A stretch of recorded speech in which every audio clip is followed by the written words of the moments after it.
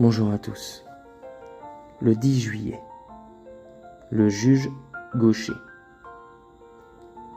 Voici, je vous envoie comme des brebis au milieu des loups.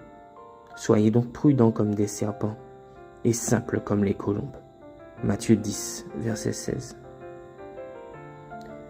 Éhoud fait partie de ces personnages peu connus de l'histoire biblique.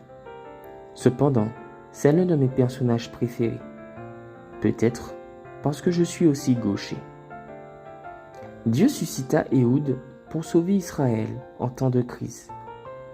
Dans ce cas, la crise était l'oppression de 18 ans des Moabites, dirigée par Églon, le roi de Moab. Éhoud savait comment profiter de ses caractéristiques uniques. Comme les gardes ne vérifiaient généralement pas le côté droit du corps, il cacha un poignard dans sa cuisse droite. Se présenta à Églon avec un cadeau et demanda à lui parler en privé. Églon accepta. Et, lorsqu'ils furent seuls, Éhoud sortit son poignard et tua le tyran. Et que pouvons-nous apprendre des actions du juge gaucher?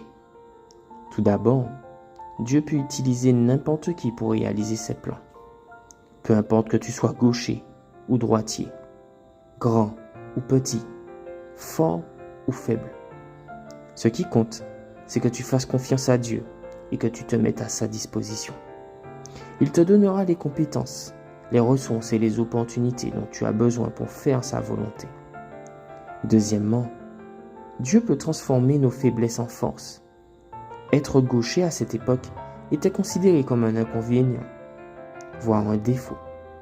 Mais Éhoud en a fait un avantage pour accomplir sa mission. De même, Dieu peut utiliser nos limites, nos défauts et nos difficultés pour montrer sa puissance et sa gloire, comme Paul le dit dans 2 Corinthiens 12, verset 9. La puissance de Dieu se perfectionne dans la faiblesse. Donc sa grâce est tout ce dont nous avons besoin. Enfin, l'histoire d'Éhoud est un appel au courage mais aussi à l'intelligence.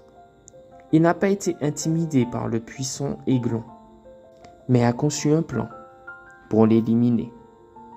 Il était audacieux et déterminé, mais aussi prudent et discret. Il n'a pas agi par impulsivité ou par imprudence, mais avec sagesse et stratégie. Puisque nous sommes des brebis au milieu des loups, Jésus nous a invités à être prudents comme les serpents et simples comme les colombes.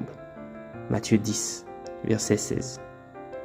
Que Dieu te donne en ce jour la force de lui être fidèle et d'avoir confiance en sa puissance, d'utiliser tes dons pour sa gloire et la ruse pour vaincre le mal par le bien. Bonne journée à toi.